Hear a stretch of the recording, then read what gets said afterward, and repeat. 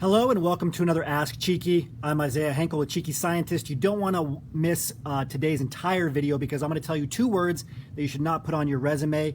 This is a mistake that I made on all of my initial resumes, and the question came from Harish Bananajay. And the question is, what should I put on my resume? So I thought that I should talk to you about what not to put on your resume first, because I see this mistake over and over again. Now, one word that I put on my resume in graduate school 3, 4, 5 times was enthusiastic.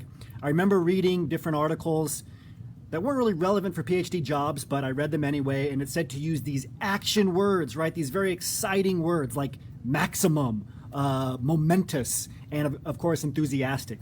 I also remember being told by my university counselor, who in retrospect I shouldn't have listened to because they were a lifetime academic who had never worked in industry. This person told me that I should make sure that I put team player and things that show that I'm really good at working with others on my resume, which seemed to make sense because, you know, I had heard, I don't even know where I picked this up, but I remember thinking that people in industry were very concerned that PhDs were too independent.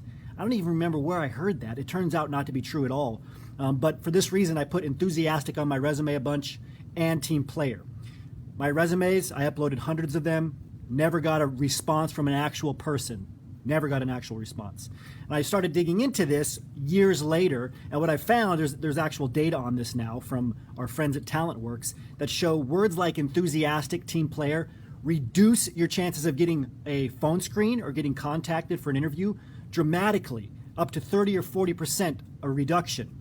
Why is this? Because think about it. If you're trying to hire somebody for a PhD level job, you know they're dedicated and they're enthusiastic about their work, okay? You don't get a PhD if you're not committed to your work. However, you know, they don't want to see the word enthusiastic. They want to look at your transferable skills. That's what they're concerned about. They're not concerned if you're enthusiastic or if you have these general terms, and they're not looking to check a box of action words. Nobody's hiring a PhD for a PhD level job based on how many times they use the word enthusiastic. Nobody wants to hire a PhD because they're a team player. These are just generic buzzwords. They're not specific for the position you're applying to. That's the biggest problem, right? You need to think about the transferable skills and, of course, the technical skills that are very, very specific for that one job you're applying to.